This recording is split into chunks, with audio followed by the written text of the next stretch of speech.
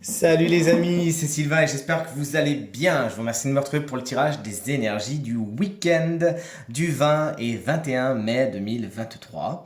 Un week-end que je vous souhaite rempli de plein de bons moments. J'espère que vous me pardonnerez, puisque comme vous l'avez vu, il n'y a pas eu de tirage pour aujourd'hui, vendredi 19 mai. La cause a une petite maladie, petite fatigue, appelez-le comme vous voulez. Hier soir, je me sentais vraiment pas bien du tout.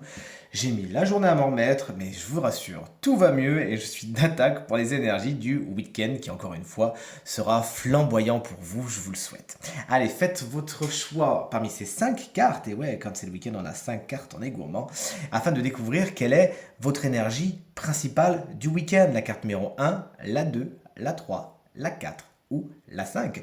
N'hésitez pas à mettre cette vidéo sur pause si vous avez besoin d'un petit peu plus de temps pour faire votre choix. On retourne. Vous pouvez même en choisir deux, rappelez-vous, vous avez le droit, c'est le week-end, tout est permis.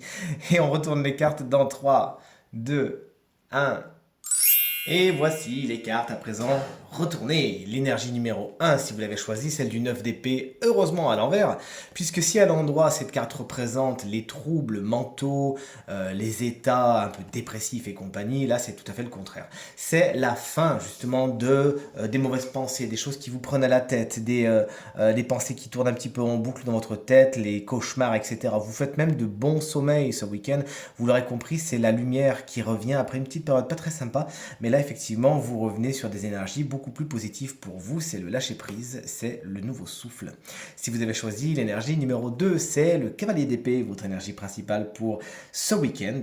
Ça va vite, ça va fort, vous foncez droit vers vos objectifs. Vous avez vraiment en tête de faire quelque chose, de terminer quelque chose, d'accomplir une tâche bien précise. Et pour cela, vous savez mettre sur place des plans. Donc n'hésitez pas à ne pas aller trop vite, à bien consolider ces plans, à consultez également les gens autour de vous, parce que le cavalier d'épée, il a tendance à foncer un petit peu en solitaire, et tout se passera pour le mieux. Ça peut être un signe d'air, ce cavalier d'épée, c'est-à-dire Gémeaux, Balance ou Verseau, qui sera dans votre camp si vous allez aussi vite que lui ou qu'elle. Dur à suivre ces cavaliers d'épée.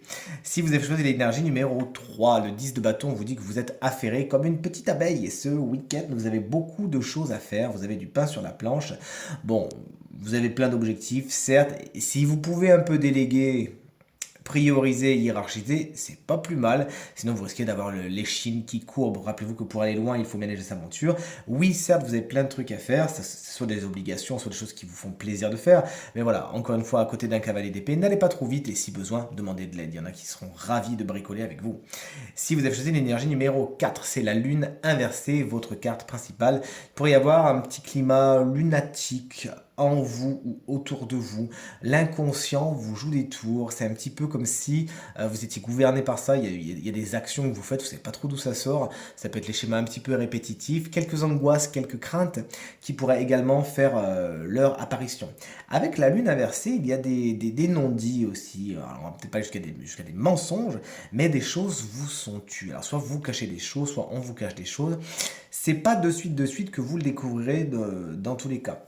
Et enfin, cette carte peut vous parler de problèmes de famille, climat un peu tendu. Essayez de faire la paix et surtout ne mettez pas d'huile sur le feu, notamment avec les mamans. Je le sais puisque l'impératrice est à côté.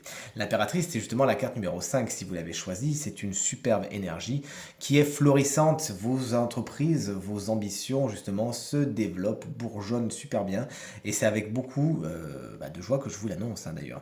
L'impératrice est une carte d'intellect également. L'intellect peut être particulièrement important pour vous ce week-end, notamment les échanges écrits, textos, mails, etc. Vous échangez des nouvelles, vous donnez des nouvelles. Avec l'impératrice, les énergies féminines sont au beau fixe, n'hésitez donc pas à leur faire la part belle.